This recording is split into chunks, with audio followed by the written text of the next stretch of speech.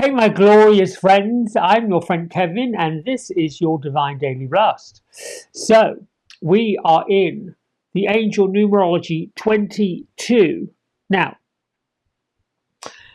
seeing a 22 is really an amplification of the number 2. So, define your goals. Get clear about what you want to achieve. The energy of 22 supports large scale ambitions. This is about a master builder representing the ability to turn grand visions and your spiritual dreams into a tangible reality. So, this is a primary title for 22, the master builder, possessing the discipline, focus, and practical skills to build something that lasts and something that benefits humanity. 22 is a really good sign for manifestation, your thoughts, your desires, quickly manifesting. More so if you happen to be in the holding pattern. I've used the analogy of a plane taxiing on the runway, sitting at the end of the runway, waiting for air traffic control to give them the go-ahead to literally take off. Everybody's seated, everybody's buckled in. Our flight attendants are ready, they're in their jump seats. The captain is checking one last time to make sure we've got enough thrust to get this aircraft off the ground. This is kind of like sitting at a portal, waiting for the opportunity to open and flow.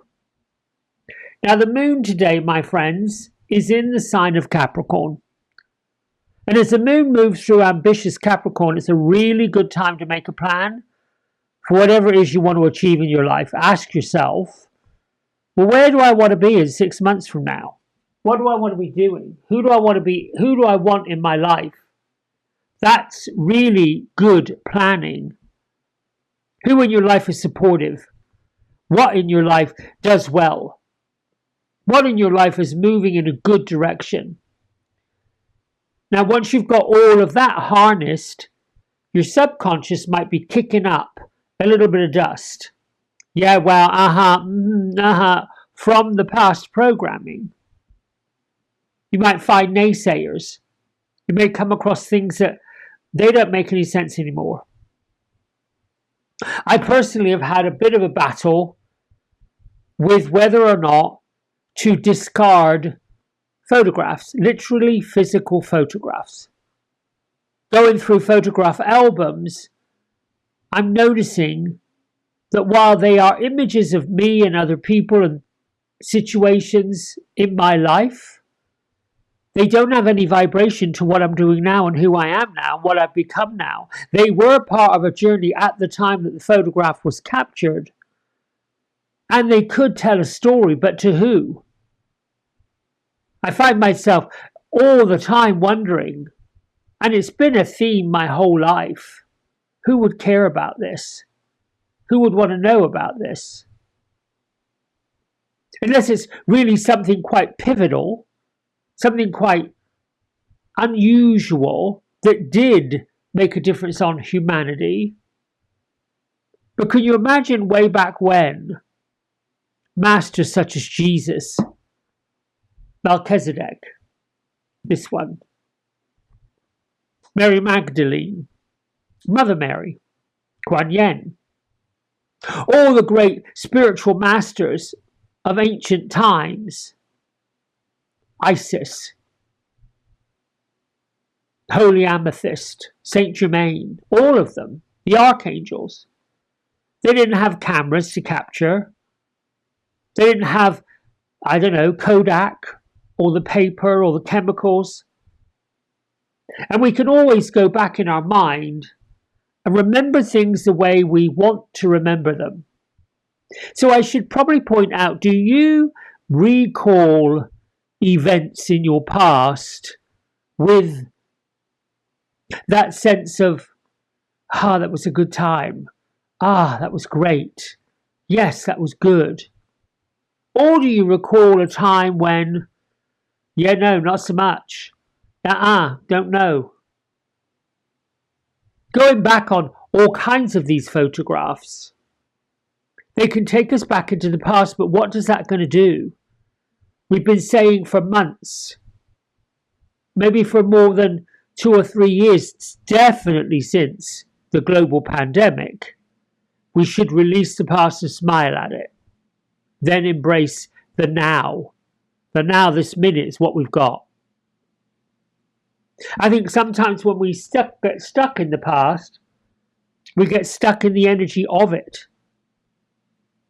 And that's where I have this, am I melancholy and am I stuck in some part of the past that makes me want to hold on to these photographs? And to be honest with you, they've sat in boxes, in albums, in parts of my home, taken up space, energy, vibration. I'm not that person anymore.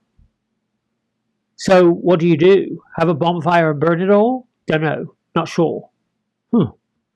Anyway, I'm moving on. I am a spiritual heart warrior. I think that's what this is also all about. I am tending to the garden of importance. Definitely what this is all about. And I am feeling any of these things. Glorious, strong, magnificent, courageous, happy, worthy, wealthy, loved. Any of those things we can feel. Message from your guardian angels. Ask us to help you focus on every experience that brings a smile or a laugh to your face. And then watch these moments multiply exponentially. Your affirmation, I find joy in the simplest moments of life. I have power over my own happiness. Melchizedek, divine knowledge, higher learning, commit to your vision through religious studies. I wonder what our pharaohs or our ancestors did with memories. Then we've got the star beings weaving their way through every part of our lives, that energy that's in all of it. And the affirmation, it's written in the stars. Thank you, star beings, for guiding my vision into reality. If you want things to change in your life, hopefully things to be better, things to be filled with joy, we must be prepared to release and let go of the things that do not bring joy. Message from Louise Hay's Daily Diary. I always go to sleep easily. I sleep deeply and soundly and awaken bright and refreshed.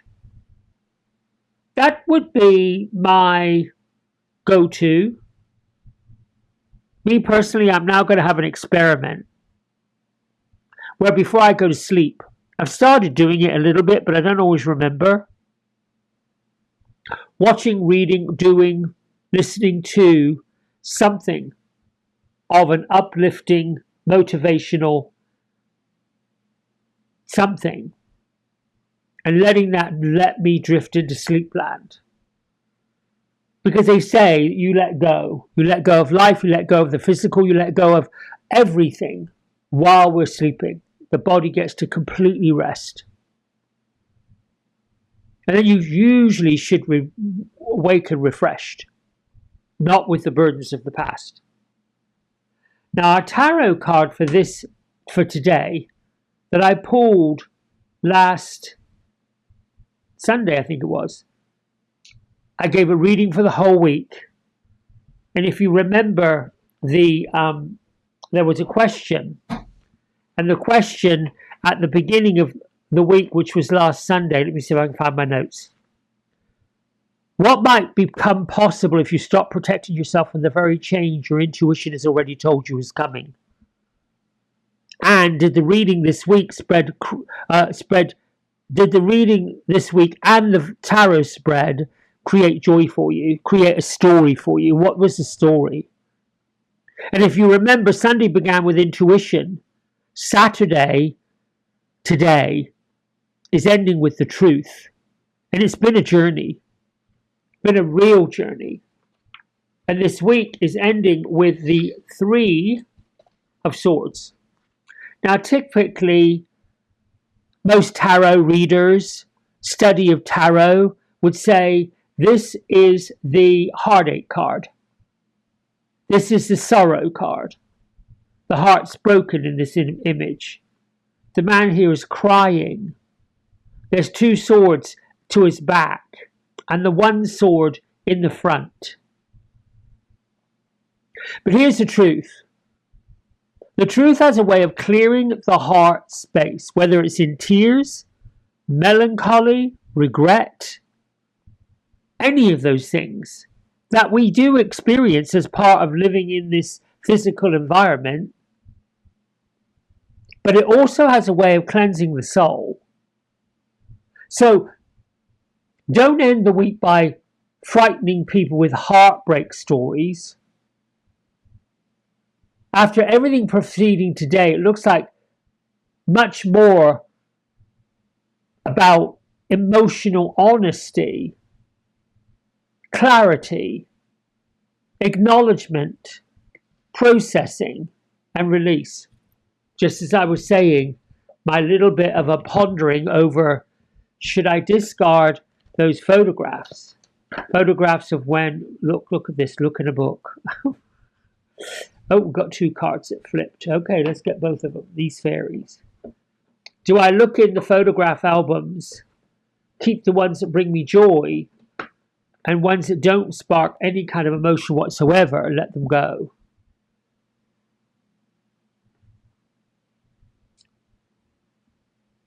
So, I like these two fairy cards. These are so good.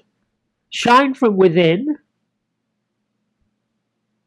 Looks are only a skin deep. True beauty shines from inside of us. And it's time for you to shine.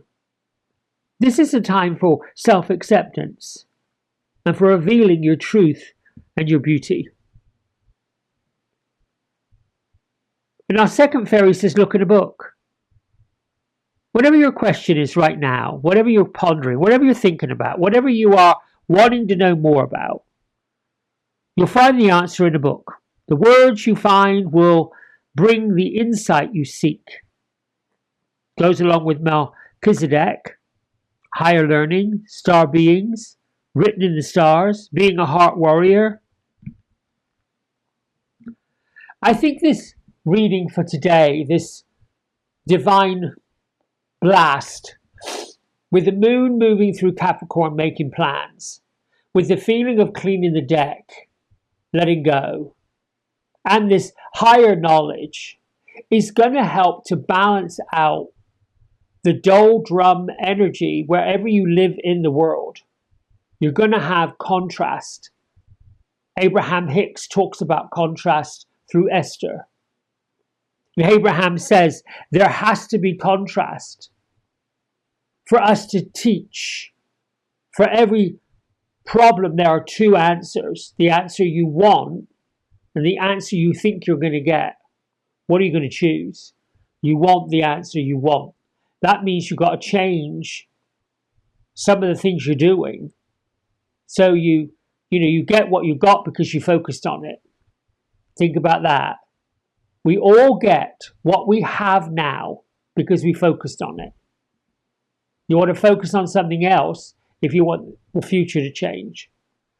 Well, my friends, that's it from me for today. Don't forget, tomorrow I come with the Divine Daily Blast and a reading for the week ahead. So stay tuned. Keep liking, keep subscribing, and keep sharing. Until tomorrow. Bye for now.